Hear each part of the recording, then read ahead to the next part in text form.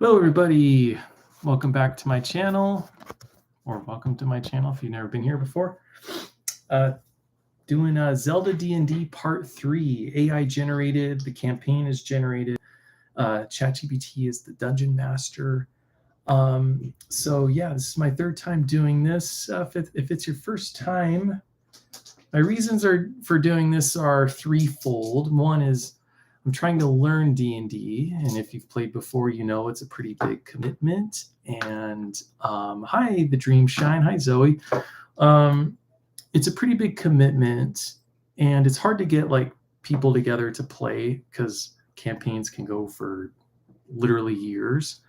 And I want to play a lot, and so this is just a way for me to like play often, because like the only real way to learn the game is to play a lot. So that's number one, is I want to learn the game. Number two is I am testing ChatGPT's skill at creating a campaign.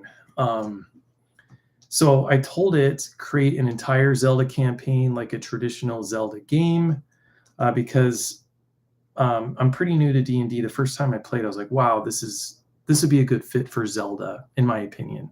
I think there should be like a Zelda D&D campaign. And so I wanted to see if, because I've never created a campaign, I was just like, well, I should have AI do it. So I'm testing ChatGPT's ability to do so. And so I told it make a complete game, start to finish, and then make classes out of the different Hyrulean races. So Gorons, Zora, Gerudo, Hylian, and Rito. So I have these little 3D printed things. And then third is that I wanted to see like how good of a fit D&D is with Zelda. And so I think this will give me some sense of that. And so, yeah, a couple things. So I have played in real life a few times. So when we play in real life, our dungeon master has like pre-printed maps that he got, I think, from Patreon, from someone who creates maps. No maps here, even though I have the figurines. They're more for me to just have props to make this feel more Zelda-like. Another thing is that the combat, I don't think is totally in line with the rules.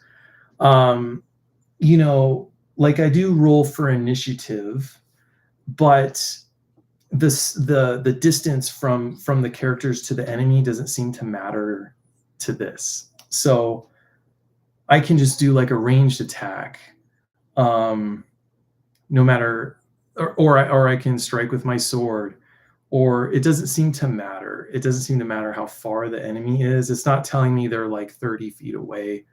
And so like, if you've played D&D in real life, or at least my experience is that that's a big part of it, because like you can like run away from the enemy, but they're still near you, and like how close they are to you determines what actions the enemy can take, what actions you can take. That appears to be out the window in this case. I guess I don't really care. And so the story, if you haven't been following along, is that it's set in Hyrule. Peace was maintained by these 6 magical crystals. The throne has been taken by someone called the something king. What was it? Oh man, I can't remember. Let's see, I'll find it really quick. The throne has been taken by the unsomething king. Damn it, I can't find it. I had to scroll all the way up to the beginning. Oh, the Eclipsed King. And there's a lot of like shadow monsters and stuff in this. So we're getting real like Twilight Princess vibes, in my opinion. But here's the thing, you know, they're like, it's saying like there's, you know, these 6 crystals. So you think naturally there's going to be like 6 dungeons to one for each crystal or whatever. But then we immediately went to a village called Elden Village, and the village was silent, and there was a mysterious well, and I couldn't go in the well because it was too dark. And then it was like, hey, you should go to the shrine of Hylia. And we got this like sacred light in the shrine of Hylia. And that was weird because also we were told that the forest key was going to be in Eldin Village. Doesn't make any sense. And it even said it was at, at the base of a volcano. And then there was talk of 2 other sacred lights. And so from there, it took me to Zora's domain, presumably to get another sacred light. So best case scenario, I'm going to get 3 lights and then go get the 6 crystals.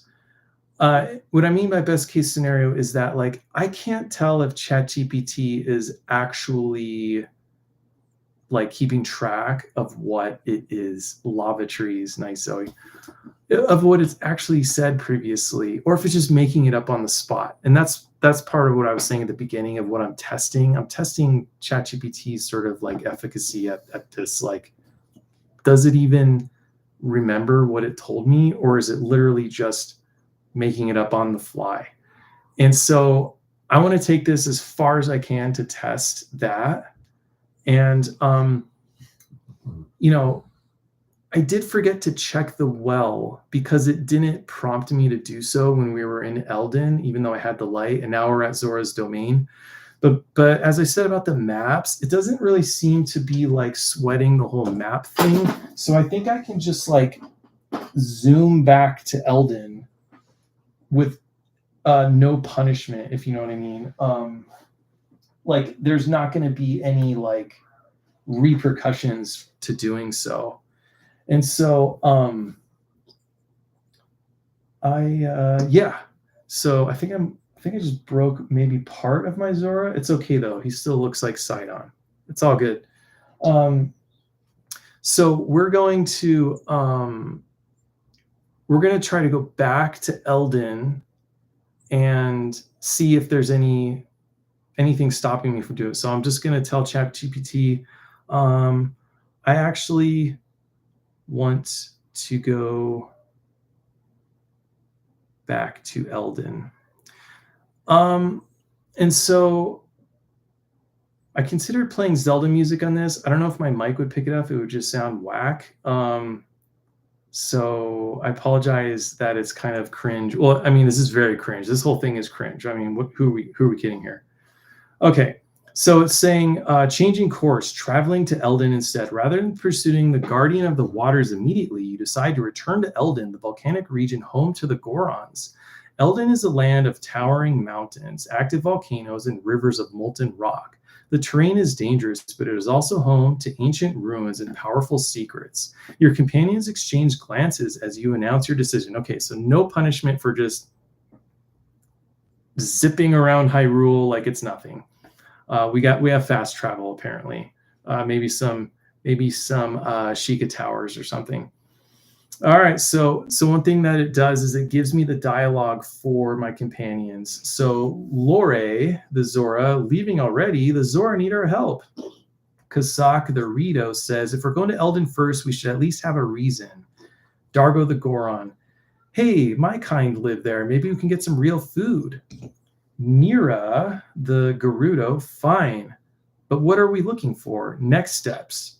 Why are you going to Eldin? Search for another sacred flame, seek out Goron knowledge, explore the volcano for hidden Sheikah ruins, or visit Goron City for supplies and allies. So I need to be more specific. I want to go to Eldin Village to investigate the well. Let's see what it says. One thing I forgot to mention is I have my my Zelda D&D dice with Triforces on them, which I'm very proud of. All right, so it's typing. It says, journey to Eldin Village, investigating the well. Leaving Zora's domain behind, you and your companions make the long trek back toward Eldin, the volcanic region of Hyrule. The path is treacherous with rising heat, rocky terrain, and the distant glow of molten rivers. Eldin Village sits in the shadow of Death Mountain, home to both Goron miners and Hylian settlers. Arriving at Elden Village. Elden Village is a rugged settlement built from stone and wood nestled against the base of the volcano. It is far from Goron City, more of a mining outpost than a full town. When you arrive, however, something feels off. The air is thick with smoke, but it's not coming from Death Mountain. Villagers move quickly, avoiding eye contact. See, last time we were there, all the villagers were gone. They were hiding supposedly from the shadow monsters. A well sits at the center of the village, stone built and old. It is usually a water source, but something about it looks wrong. The ground around it is cracked, and the faint red light flickers from within. A weathered Hylian man, possibly a village elder, notices you approach. He looks over and sighs. If you're here to work, we're fresh out of luck. The mine's barely operational, and now this cursed well is our new problem. Your companions react. Cursed well, great. That's definitely not ominous. If it's broke, let's fix it. Or find a way, or find out why it's cursed before we jump in. The water here should be safe. If it's not, something unnatural is happening. Next steps, what do you do? Investigate the well up close. Yes, I'm going to investigate the well up close. Let's see if it makes me roll.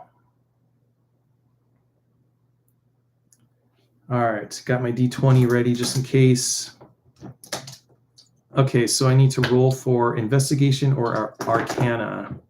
So it says, you step toward the well, ignoring the murmurs of the villagers. The stone is cracked. The faint red glow deep inside is unnatural. As you lean closer, the air around it feels different. What you discover depends on your roll. So I rolled a 14.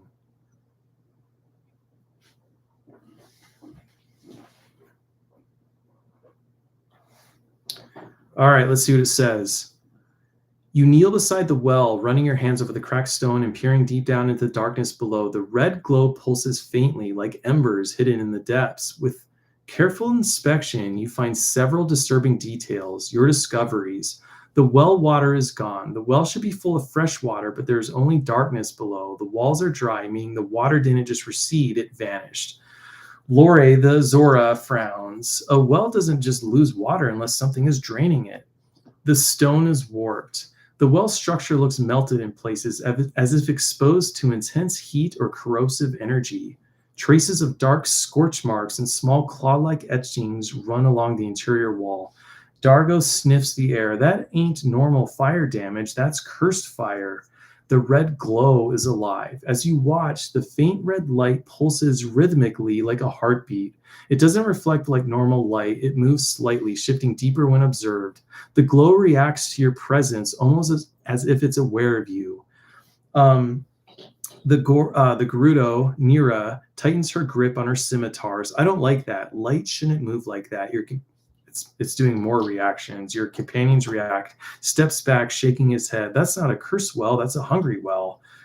Crosses her arms. If the guardian of the waters had anything to do with this, it would be to purify it, not let it fester. Dargo cracks his knuckles. Do we drop something in or do we go in fist first? Nira, the Gerudo, watches the glow carefully. We should figure out what it wants before we start throwing things at it.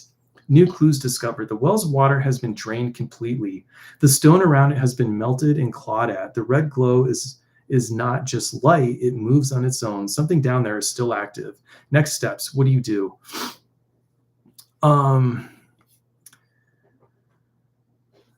Zoe says, I wish we could jump into the volcano. You know what? Why not? The way this is going, I can do anything. I could just fast travel up to the front, to the maw of it and just jump right in, right? Okay, so here's the thing. Last time we were at this well, thematically, this is a mess, right? We're in Elden Village looking for the forest key. There's a well, so, thinking Kakariko, so that was kind of on. But the Zora was like connected to it, and it could get a sense of like what was going on. It was like drawn to it. And as we were looking in, there was, I think they were Sheikah runes that we interpreted, and they said something like, no ordinary light can can light the way or whatever. And that's how we got the sacred light at the Shrine of Hylia. Again, thematically, what's happening here is Shrine of Hylia.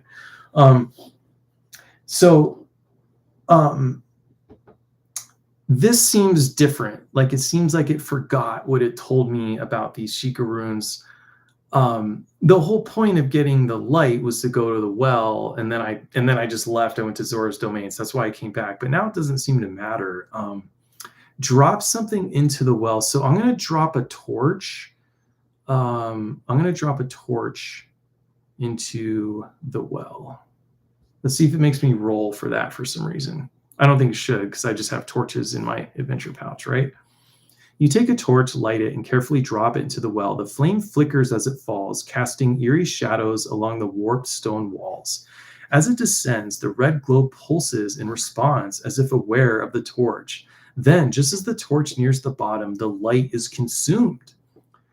The flame snuffs out instantly, vanishing into the darkness. The red glow pulses violently, spreading upward for a split second like tendrils reaching for the surface. A low, unnatural hum rumbles from below, deep and resonant. The well is alive, and it doesn't like fire.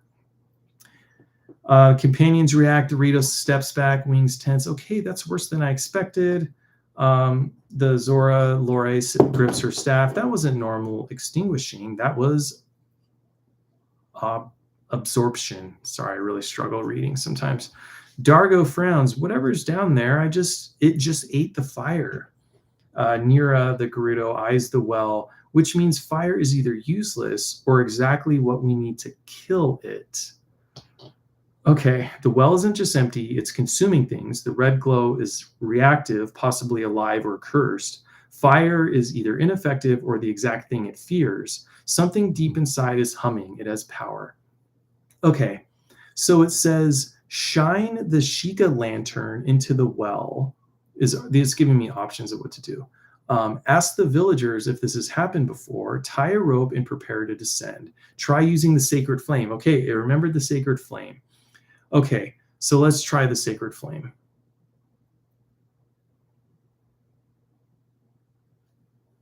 Let's see what happens now. Testing the sacred flame against the well. You step forward, gripping the sacred flame tightly in your hand. The golden fire flickers as you hold it over the well. Its light reflecting... I lost my place. Its light reflecting off the warp stone. Roll religion or arcana and tell me the result. I rolled a 4. So I rolled a 4 for arcana. And I'm too honest to lie and say I rolled high. The sacred flame's weak response, arcana check 4. You hold the sacred flame over the well, hoping its divine energy will react to whatever lurks below. The golden light flickers weakly, but it does not surge with power like it did against the Twilight Revenant. Hey, remember the Twilight Revenant. The red glow below pulses in response, but instead of retreating or reacting violently, it simply watches. A faint hiss of steam rises from the well's edge, but no clear reaction occurs. It's not that the sacred flame is useless, it's that you're missing something. Your companions react. I'm just gonna be complete here, and I'm gonna read all these reactions. I'm sorry if this is excruciating. All right, so the Zora shakes her head. It's not rejecting the flame, but it's not afraid of it either. We need more information. Kazak frowns. That's the second time the flame didn't work instantly. Either we're using it wrong or we're up against something very different. Dargo cracks his knuckles. Let me go down there and ask it what it wants. Okay, go ahead, Dargo. Go down there. Is he even going to fit in here? Look how big this dude is. So Nira smirks, or we could try using our brains first. New clue discovered. The sacred flame does not immediately purify the well. The well's energy is aware of the flame, but does not react with fear. There's another missing piece before the flame will work. Next steps. What do you do? Shine the Sheikah lantern into the well. If the flame doesn't reveal the truth, maybe the lantern will. Roll arcana or religion. Fine, let's do that. Let's do the stupid Sheikah lantern. I rolled a 19. Okay, so 19 lantern. Do I have to tell it arcana or something? Yeah, we're going to do arcana.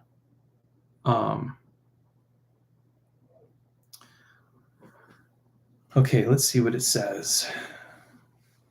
Revealing the truth with the Sheikah lantern. Arcana check 19. Success. You raise the Sheikah lantern over the well. Its ethereal blue flame flickering against the darkness below. As the light spills into the depths, the reaction is immediate. The red glow recoils violently. The Sheikah runes on the lantern pulse, sending a wave of blue light cascading down the well walls. The darkness twists and writhes, revealing something hidden beneath the surface. The faint hum from earlier rises into a deep, distorted voice, hissing in pain. For the first time, the well speaks. Should I do a well voice, guys? Just kidding. I'm not going to do a well voice. Would you bring the seer's light into my abyss? You do not know what you disturb. Leave while you still have form. So let's see what the lantern reveals. The well is not just cursed, it is a prison. Ooh, so we're getting bottom of the well vibes here, huh? Something sealed inside is fighting to escape. The red glow is not just an enemy source, it is an entity. The Sheikah were involved. The lantern's reaction means the Sheikah once knew of this entity. It may have been bound to the well intentionally. The entity fears the lantern, not the flame. The sacred flame did not provoke a strong reaction, but the Sheikah lantern forced it to show itself. Your companions react. All right, that was definitely a voice. Lore says a prison, then we're dealing with something far worse than a dry well. Dargo says, do we break the seal or reinforce it? That's a great question, actually, Dargo. Should we just seal whatever's in there? But what if that's something we need, you know? Nira, better question. If this thing is sealed, why is the water gone? It's already affecting the world outside its prison. That's a great point too, Nira, because yeah, it's sealed, which is good because someone sealed it there on purpose. But it also is messing up all the water, and we want the water in Eldin, apparently. So it says the well's prison is weakening, but the entity within is growing stronger. You may need to decide whether to seal it completely or face it head on. I think we got to fight it. Next steps, what do you do? Question the entity. What are you? What happened to the water? Roll persuasion or intimidation. Search for Sheikah symbols around the well. We already did that. Attempt to purify the well using the lantern's power. Risky but direct. Roll Arcana or Religion. Prepare to descend and face the entity directly. Go in fully armed. Roll Athletics or Acrobatics. I'm just going to roll for Athletics. Let's see what happens. I got a Triforce. Okay, guys, I'm an idiot. What is a Triforce on a D20? Oh my God, is it a 20? It's a 20, right? Okay. All right, rolled 20 for athletics. See what happens. Descending into the well, a perfect execution. Athletics check, natural 20, critical success. With flawless precision, you tie off a sturdy rope and begin your descent into the well. The air around you grows unnaturally cold despite the usual heat of Eldin. The red glow pulses violently as if reacting to your presence. Your perfect descent grants you several advantages. You move quickly and efficiently, making no noise. Whatever lurks below doesn't immediately detect you. You land exactly where you need to, avoiding loose rock formations or unstable areas. You have time to assess your surroundings before the entity fully reacts. What you see at the bottom of the well.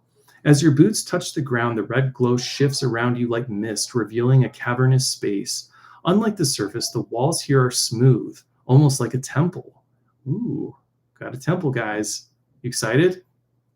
A Sheikah seal, half broken, carved into the stone. The red light seeps from the cracks in the seal as if something is leaking out. And in the center of the room, wrapped in shifting shadows, is a figure partially formed. It doesn't look entirely real, but its presence is unmistakable, a twisted humanoid shape, its body dripping with blackened energy, its face an empty void, except for two burning red eyes. It speaks, its voice distorted and deep. Foolish creature, you have come too close. Now you will never leave. The entity attacks. Battle begins. You get the first move. Because of your perfect descent, nat 20, you have the element of surprise. You act before it does. Your options: strike first with your sword. This is what I'm talking about. The combat is just not normal D&D combat. So apparently I'm close enough to attack with my sword, which is fine. I don't care. So yeah, I'm gonna hit with my sword. I'm a Hylian, so I'm always gonna prefer the sword. I rolled a 16, so 16 sword strike. Let's see what happens. I gotta lose this this thing, this hoodie. It's hot. I'm in Arizona. It's hot here already. It's March, guys. It's like 85 degrees here. Okay. First strike, attacking the entity. Attack rolls 16 plus 5. My strength plus proficiency for a 21 hit. Your sword slashes through the red lit darkness, the sacred flame flickering along the blade as it cuts into the entity's shifting form. Roll for damage. So 1d8. This is what I'm talking about. I'm trying to like learn the game. Like, honestly, I didn't know I'd be rolling a d8 for damage. So this one has 8 sides. So we're gonna do roll for damage 1d8. I rolled a 1. So a 1 on the d8. Awesome. Oh, plus the 3 strength modifier, plus 2 for the radiant damage from the sacred flame. So it did remember that I imbued my sword with sacred flame. So I'm just gonna let it do the math because I don't want to do the simple math right now. So the 1d8 plus the 3 strength plus the 2 flame bonus is 6 total damage. Your sword cuts into the entity, the sacred flame flickering as it burns through the shadows. However, the moment your blade makes contact, the darkness twists and partially absorbs the strike, dulling its impact.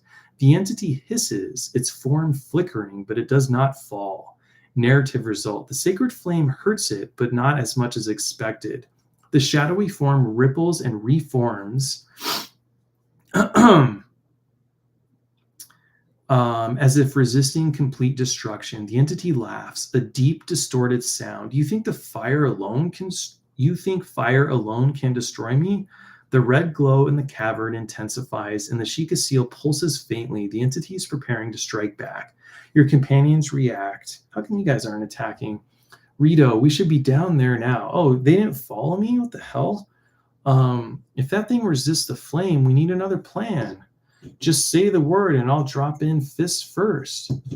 We have to move or it will overwhelm him. The entity strikes. It raises an arm, shadows twisting unnaturally, and hurls a pulse of dark energy at you.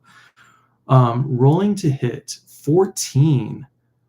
My AC is 16. Miss. Okay, sweet. You dodge just in time. The red energy slams into the cavern wall behind you, melting the stone on impact. The air crackles with dark magic. This thing is powerful. Your turn again. Attack with your sword. It gives me options for attack. It says I can use the Sheikah lantern. I can examine the Sheikah seal before fighting more. I can call for my companions to join you, which is weird because if this was real, like if you guys were playing with me, you guys would just join me, but I have to like ask for them to join me. So call for companions to join me. Okay, let's see what it says. Calling for backup, rallying your companions. I have to roll for persuasion to get them to, I have to persuade them to join me? What kind of team is this? The entity is powerful, and while you've landed a hit, you know you're going to need your allies to finish this fight. You take a breath and shout upward, calling for your team to descend. If your roll is high, they'll join you quickly and effectively. If it is low, they may be delayed or face obstacles getting down. All right, let's roll. I rolled a 2, guys. 2 for persuasion. And I'm not going to lie. I'm not going to lie and said that I rolled high, because that's not the right thing to do. And that's not virtuous, okay? And Zelda is about virtue. Failure. You shout for your companions to join you, but in the heat of battle, your voice echoes awkwardly off the cavern walls. Dargo mishears and nearly jumps in immediately without a rope. Kasak is hesitant, Dorito. Are we sure this isn't a trap? The Zora, Lore, and Nira the Gerudo start descending but are slowed by the unstable walls. You'll have to hold out for at least another turn before they arrive. The entity reacts. You are weak, you are alone, and soon you will be nothing. It lunges towards you, twisting into a tendril of darkness, rolling to hit. 18, guys. It rolled an 18. It's a hit. Damage, 7 necrotic damage. The shadowy tendril lashes through your armor, burning your flesh with dark energy. You feel a cold, draining sensation as if the very light is being pulled from your body. Your sacred flame flickers weakly for a moment. The entity is absorbing your energy. Your turn again. Attack with your sword. Yeah, we're definitely going sword this. We're going sword. And I rolled a 3 for sword. How long do you think we go before I start cheating and say I rolled high? All right. But I mean, if this was real, the DM would like see the dice, right? And so I'm trying to make this as real as possible, even though you guys can't see it. My setup is not ideal here, so I apologize. Okay, so I missed because my roll of 3 plus my +5, which is my strength plus proficiency, 2 + 3. You swing your sword, sacred flame trailing behind it, but the entity moves like smoke, twisting unnaturally to avoid your strike. It lets out a guttural, distorted chuckle. Your light is weak, your flame will die with you. The red glow intensifies and the cavern shakes slightly. The entity is growing stronger. Your companions react. Backup has arrived. Dargo the Goron drops down, landing with a massive thud. Time to smash a ghost. Kasak the Rito perches on the rocky edge above, arrow already knocked. I got your back, Hylian. Nira flips down gracefully, twin blades drawn. Let's see how this thing handles real steel. Lore the Zora lands, staff in hand, no more fighting alone. By the way, I'm a Hylian. I'm Link. I haven't been holding that one up. I should just like hold it while I'm reading, right? The entity strikes again. Seeing your allies arrive, the entity screeches in frustration. The cavern shakes as it hurls another dark energy tendril at me. It's attacking me again. It rolled a 12 and it missed because my AC is 16. See, I'm learning. You dodge just in time. The tendril slams into the ground instead, cracking the stone beneath your feet. Your turn again. Strike again with your sword. Roll to hit. All right, I rolled a 10. You know what? No, I'm going to roll a 10 for the Sheikah Lantern. Roll. No, but then I'm not going to get the Sacred Flame advantage thing. Okay, roll 10 for sword. So that should be a 15, right? A glancing hit. 10 + 5, so strength plus proficiency for a total 15. Your sword finally connects, slicing through the entity's shifting form. The sacred flame flickers along the blade, searing into the darkness. Roll for damage. So 1d8 for damage. I rolled a 6. Rolled 6. Solid strike. The entity takes damage. Damage calculation. So a 6 for the d8 plus 5 for strength and sacred flame bonus for 11 total damage. So again, I'm learning. I didn't super duper know that the strength and sacred flame bonus applied to the initial roll and the damage roll. Did you guys know that? Zoe, did you know that? Who else was here? Grixis archives. Okay. Your sword slashes through the entity, and this time the sacred flame burns deeper. The shadowy form convulses, recoiling as golden fire scorches its essence. Its red glow flickers erratically, as if momentarily destabilized. It lets out a distorted, rage-filled screech. No, this seal cannot hold me forever. For the first time, it seems afraid. The sacred flame is working, but will it be enough? Your companions attack. Here we go. And this is what's cool. So it's just going to like roll for my companions. I don't have to roll for each of them. So here we go. I'm just going to read what happens. So Rito goes first, fires an arrow. Again, combat rules aren't really applying because in the real world, in a real game, we would like all roll for initiative, and that would determine the attack order. Fires an arrow, rolling a 15, hit, damage, 7 total. His arrow pierces through the entity's swirling form, momentarily disrupting its movements. The Goron charges forward, rolling an 18. He's being pretty generous with these rolls, which I appreciate. Hit, damage, 12 total. His massive fist slam into the ground, shaking the cavern and knocking the entity off balance. Dan the Man, attack bonus is d20 plus strength plus proficiency bonus. The same is true for magic, but your magic stat intelligence. Okay, but Dan the Man, it's also adding those bonuses for the initial. And then, oh, I'm sorry. So you're talking about attack bonus. Yes, it's doing that, but then it's also adding those for the damage, and that I didn't know that. Anyway. So Dargo got a 12. So now Nira, the Gerudo, with her scimitars, slashes twice. Love that about her. She rolls a 9 and a 17. So she got 1 hit. She gets 2 chances. I mean, if this was real, you definitely want to be the Gerudo, right? You get 2 chances. Her second blade crackles with electricity, slicing into the entity's shadowy form. Damage 8.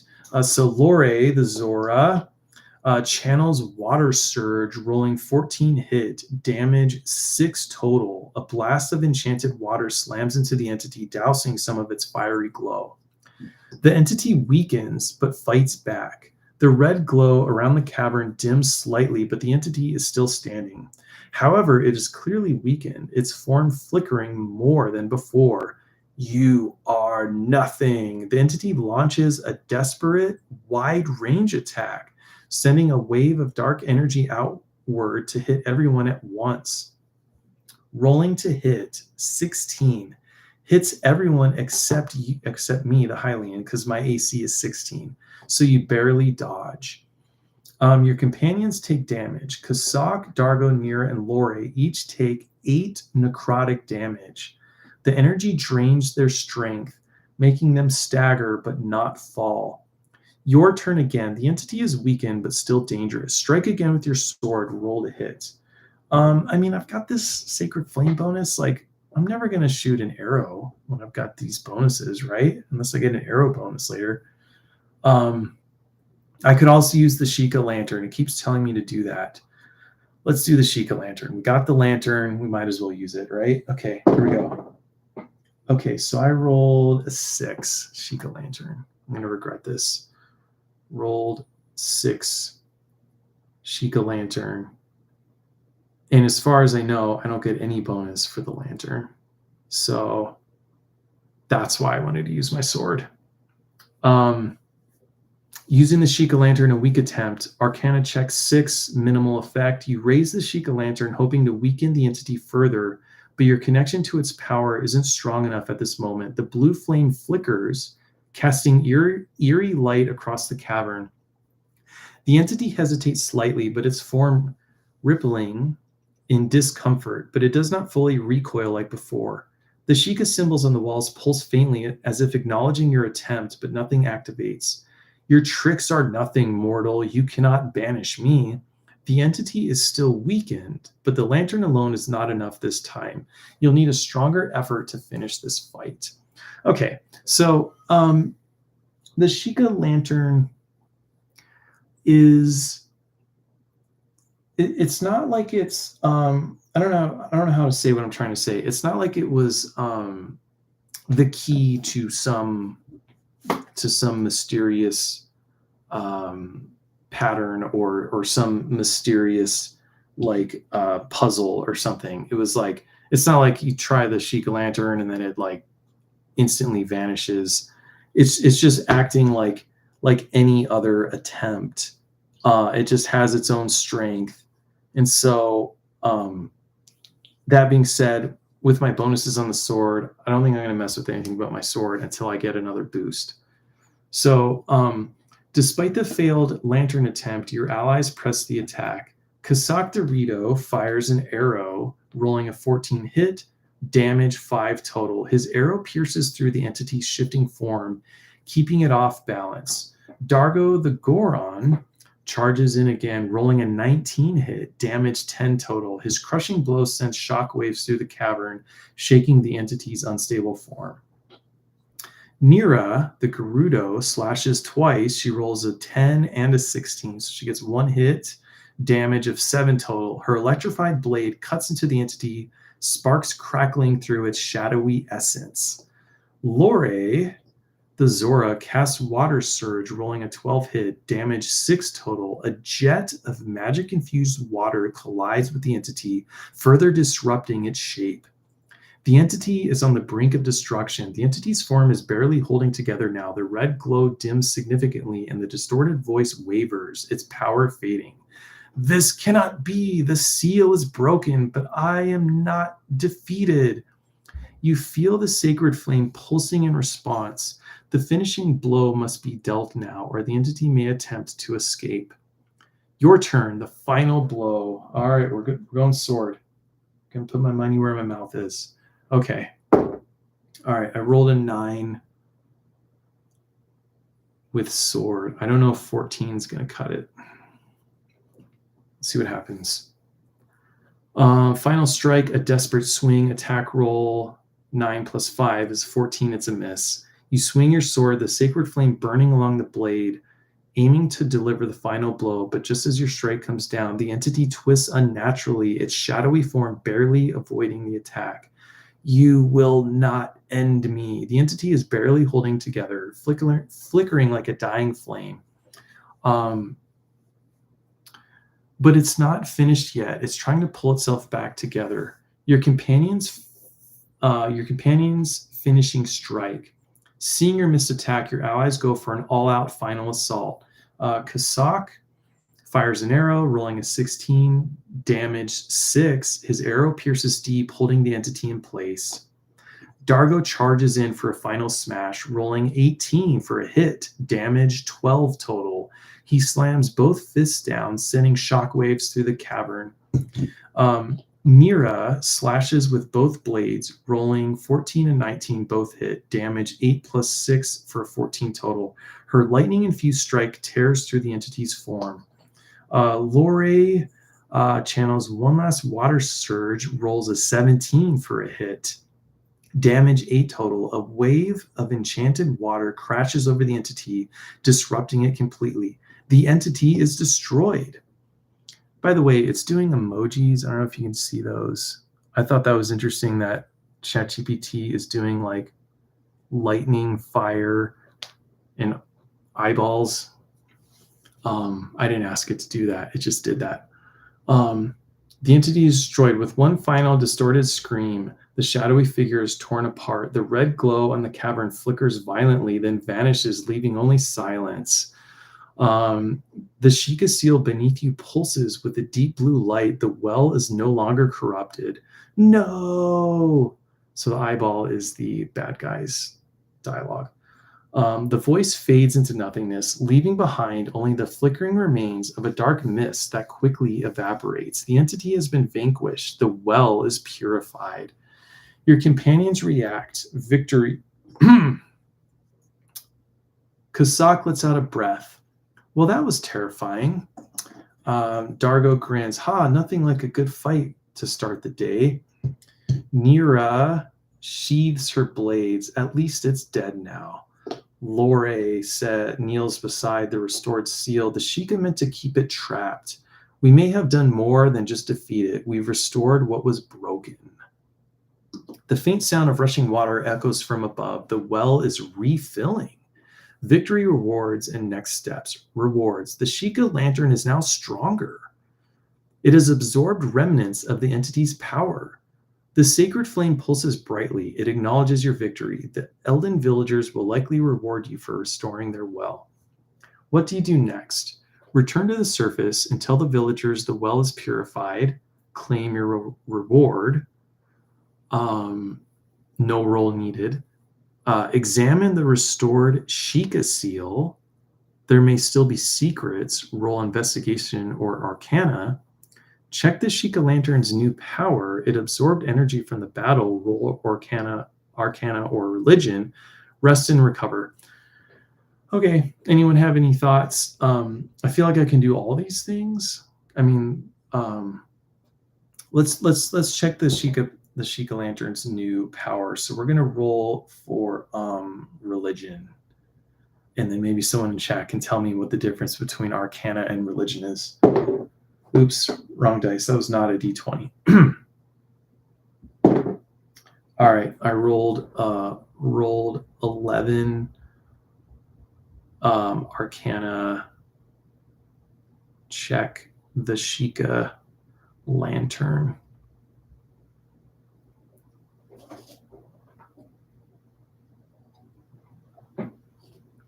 Examining the Sheikah lantern, uncovering its new power. Arcana check 11. You hold the Sheikah lantern, watching as its blue flame flickers with a newfound energy. The battle against the shadowy entity has altered it, but the lantern is no longer a tool for revealing hidden things. New discoveries about the lantern. The flame is stronger. The Sheikah runes etched into the lantern grow slightly brighter.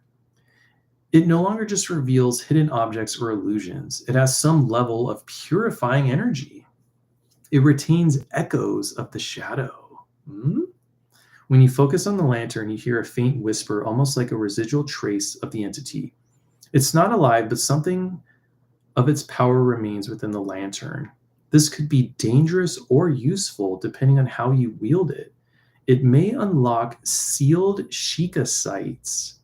The lantern reacted to the Sheikah seal on the wall. It might be able to activate, restore, or even unseal other Sheikah runes across Hyrule. Your companions react. Lore tilts her head. The lantern absorbs something, but I'm not sure if that's a good thing or not. Kasak frowns. So it's more powerful now. That's not usually how cursed objects work. Dargo grins. If it helps, let us break open more old Sheikah doors. I say we keep it. Mira nods. We should test it later. See just how far its power goes. The Sheikah lantern is no longer just a revealing tool. It now has the ability to interact with dark energy and ancient Sheikah seals. Next steps, what do you do? I want to examine the Sheikah seal. I'm going to roll investigation on the Sheikah seal. And of course I rolled 4. Okay. Rolled 4. Do I even bother typing this in? I know it's not going to help. Rolled 4. Investigate the Sheikah seal. So let's see what it says. Examining the Sheikah seal, a frustrating search, investigation check 4, minimal findings. We got something. You kneel beside the Sheikah seal, running your hands over its ancient carvings. Despite its renewed glow and the power you felt earlier, you struggle to uncover anything meaningful. What you do confirm, the seal is intact again, meaning whatever was once here should not escape anymore. The Sheikah runes are complex, but you can't make out their full meaning. There might be more hidden knowledge here, but you aren't able to uncover it at this moment. Your companions react. Not every Sheikah mystery gets solved in one day, I guess. Places a hand on the seal. The fact that it is restored means we did the right thing. That should be enough for now. Dargo shrugs. As long as the monster stays gone, I don't care what the old Sheikah words say. Nira folds her arms. We can always come back later if we learn something new. The Sheikah seal is stable again, but its full purpose remains unknown. Next steps, what do you do? Okay, so I think we did everything that we're supposed to. I think ChatGPT actually did a good job of tracking like what it initially established with the well and it remembered the lantern and all that stuff. Not quite what I was expecting. I thought we were going to go down and there'd be a temple, but that's fine. So yeah, I think we're going to leave Eldin and go back to Zora's domain. So I'm just going to say go back to Zora's domain. And as I said earlier, so I think best case scenario, it is in fact keeping track of all this stuff. And we're going to get the sacred flame from Zora's domain, and we'll get another one, I assume, in the forest or something. And then after that, it will then remember the 6 sacred crystals, and then hopefully each one of those will be a temple. Otherwise, what the hell was the point of bringing up the 6 crystals at the beginning? Okay, so it says, returning to Zora's domain, the journey back. With the well purified and the entity defeated, you and your companions leave Eldin behind, making the long trek back to Zora's domain. The journey takes you from the volcanic slopes of Eldin down into the misty valleys where the rivers flow towards Zora's home. The air grows cooler and wetter, and soon the familiar endless rain of Zora's domain returns. Arriving at Zora's domain, the crisis continues. As you step onto the stone bridges leading into Zora's domain, you immediately notice that nothing has improved. The heavy rain is even worse than before. The waterfalls are nearly overflowing, threatening to flood the lower parts of the city. Zora's citizens move anxiously, reinforcing barriers and speaking in hushed tones. The Zora elder, who had previously denied your entry, is now waiting for you at the entrance. He seems relieved to see you. You have returned. That means you still seek the guardian of the waters. Something has changed. The Zora may now be more willing to trust you. Your companions react.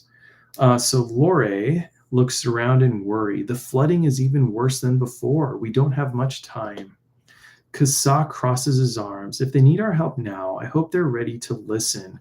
Dargo cracks his knuckles. So they do finally want us to fix this mess. Nira eyes the elder. Let's see if they're ready to talk this time. Next steps. What do you do? Here's my options. Speak to the Zora elder directly. Learn what has changed. Roll for diplomacy or insight. Ask about the worsening flooding. Maybe they've discovered a cause. Roll for investigation. 3, use the Sheikah lantern to scan the area. That seems whack. Head straight to the royal courtyard to examine the ancient records.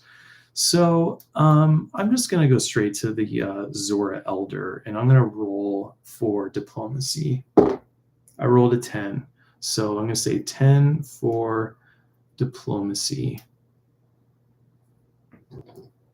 All right. I don't know if my Hylian has any diplomacy bonus. I guess not. And I think I mentioned at the beginning, I told ChatGPT to build classes out for all these Hyrulean races. But I don't actually know what those are. I don't actually know what it built for the classes. Other than I know I get a +2 for strength for the Hylian. Speaking with the Zora elder, earning their trust, diplomacy check 10, you step forward, meeting the Zora elder's gaze. We have already restored one sacred flame, and we returned here because we believe the guardian of the waters is the key to saving Zora's domain. You need to trust us if we're going to help. The elder watches you carefully, his expression unreadable. He lets out a slow breath before responding. Your words carry weight, but trust is not given easily. However, we have little choice. Zora's domain is drowning. If you are truly here to help, then you must understand what we are facing. He gestures for you to follow him deeper into the city. New information unlocked.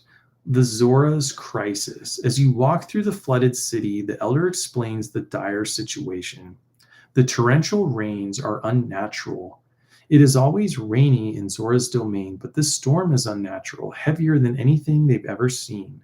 The rivers are overflowing, and even the waterfalls that usually flow steadily are erratic. The guardian of the waters is missing. The guardian has always protected the balance of the rivers, but several weeks ago the guardian vanished and the storms grew worse. Some believe it was taken, others think it was abandoned. Some believe it was taken, other believes it abandoned Zora's domain. The Temple of Water may hold answers deep in the mountains above the source of Zora's river, but an ancient temple exists. The Zoras have avoided it for generations, but it may be where the guardian last resided. No one who has entered the temple has ever returned. The elder turns to you. If the guardian is anywhere, it is at the Temple of Water. But if you go there, be warned, you may not return. Your companions react. We're almost at an hour. My voice is starting to hurt and my reading is getting worse and worse. Not that it was ever good. Lore, if the guardian is missing, then that temple is the only lead we have. Kasak says, a temple that swallows people whole? That sounds bad. Dargo, then we have to break through whatever's inside and bring the guardian back. Nira, if no one has returned, we should assume there's something dangerous waiting. The Zora Elder acknowledges your mission and allows you full access to Zora's domain.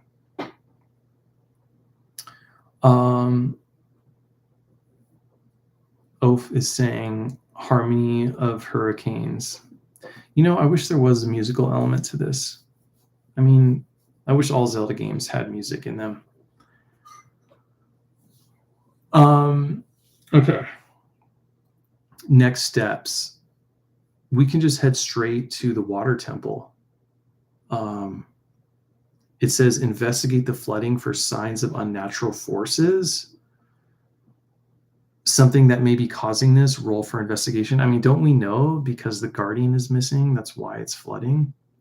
Consult the ancient Zora records before heading to the temple. Learn more about the guardian's history, roll religion or history.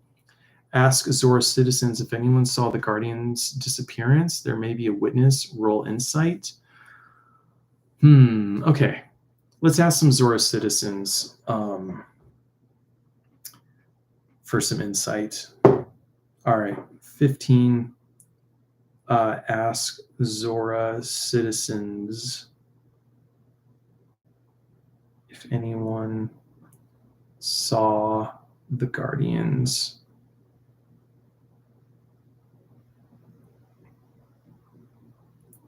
Okay, let's see what happens.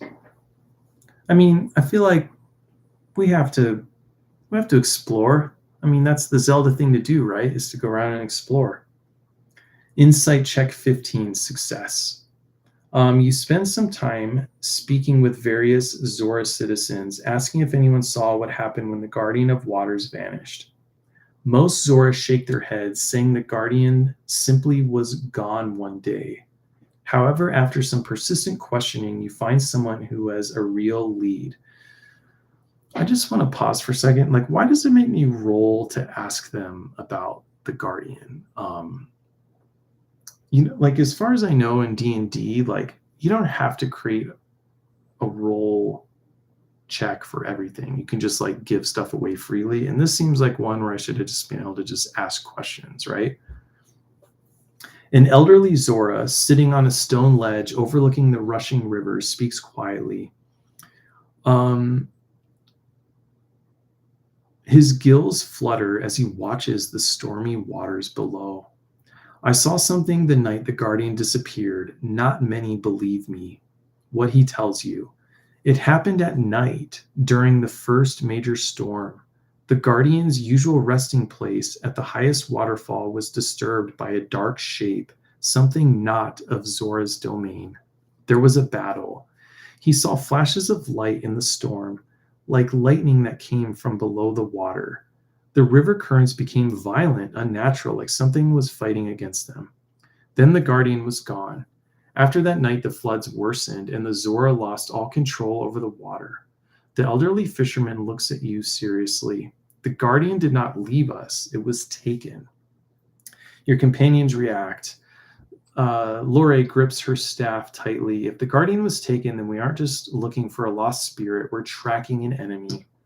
Kasak whistles low. A battle in the water? That means we aren't dealing with just some random monster. Dargo clenches his fist. Whoever took it is still out there. We'll make them pay. Nira nods. That means we aren't just finding the guardian. We may have to rescue it. You now know that the guardian was taken, possibly by something powerful enough to battle it. Next step, what do? Head to the highest waterfall to investigate the site of the battle. Look for traces of what happened, roll perception or survival. Go to the Temple of Water, now knowing it may be a trap, proceed with caution. Consult ancient Zora records to see if this happened before, learn about past threats, roll history or religion. Ask the Zora Elder if they have any enemies who could have taken the Guardian.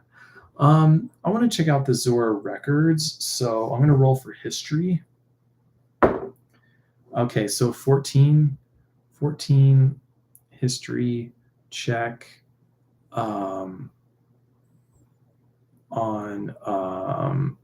ancient Zora records.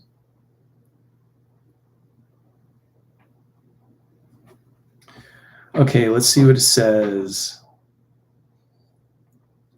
Researching ancient Zora records, searching for past clues. History check 14 success.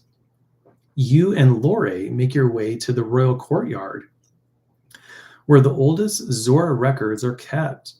The stone-carved tablets and delicate scrolls hold centuries of knowledge, though most Zora today do not read the ancient script fluently. After carefully studying several records, you uncover crucial information about past Zora history. What the ancient Zora records reveal, the Guardian of Waters has been taken before. Centuries ago, a similar event happened. The Guardian vanished, and the waters surged out of control. The Guardian was not gone by choice. It had been captured. It was rescued by a hero wielding Sheikah magic. An ancient enemy is named. The records mention a dark force that opposes the balance of water, a being known as, oh boy, I'm not going to be able to pronounce this, Vaelzir, the Abyss Warden. This entity thrives in deep, sunless waters and has attempted to claim Zora's domain before. The Guardian and Vaelzir have battled before, but the Sheikah once intervened to seal Vaelzir away. The Temple of Water was once a prison. The temple was not just a shrine, it was a place. It was a place where Vaelzir was originally sealed. The Guardian was always stationed near it, ensuring the Abyss Warden never returned. If the Guardian is missing now, it may mean Vaelzir has finally escaped or is trying to. Your companions react. Lore pales. Vaelzir, I've only heard myths. If it's real, then this is worse than we thought. Kasak shakes his head. So the temple wasn't just sacred, it was a prison. That explains why no one ever returns from it. Dargo clenches his fist.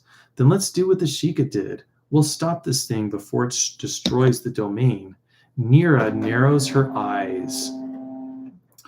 If this Vaelzir was sealed before, we might be able to do it again.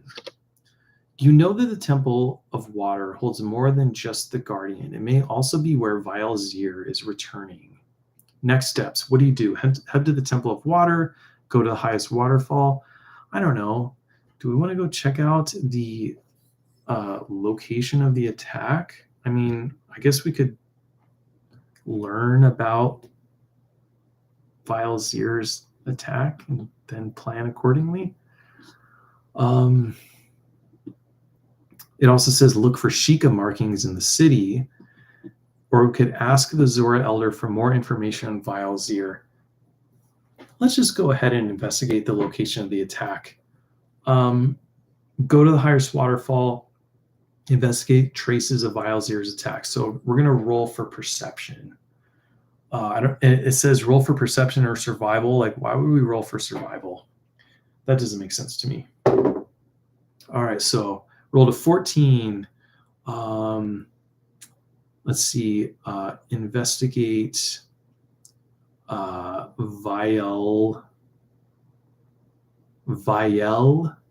Vielzier's attack at the waterfall.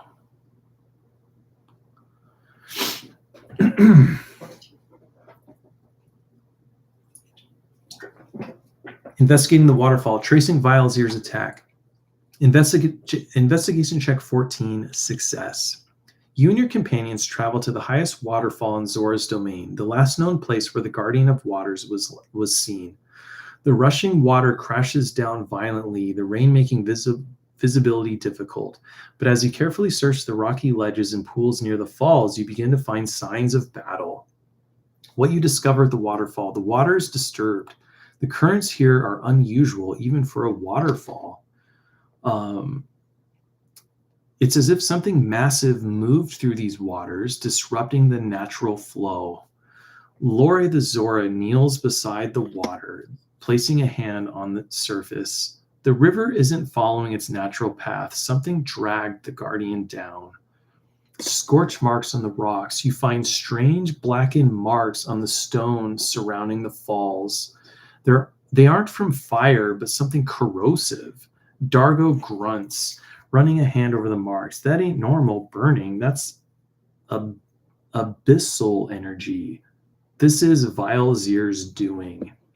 A broken Sheikah inscription. Near the edge of the falls, half buried under shifting river stones, you find a worn Sheikah carving. The script is damaged, but you can make out part of it. It says, "The seal must never, ... If the Guardian is lost, the path to the abyss, ... End quote. Kasak frowns. The seal here is broken. If Vielzier wanted the Guardian gone, maybe it's because the Guardian was part of the...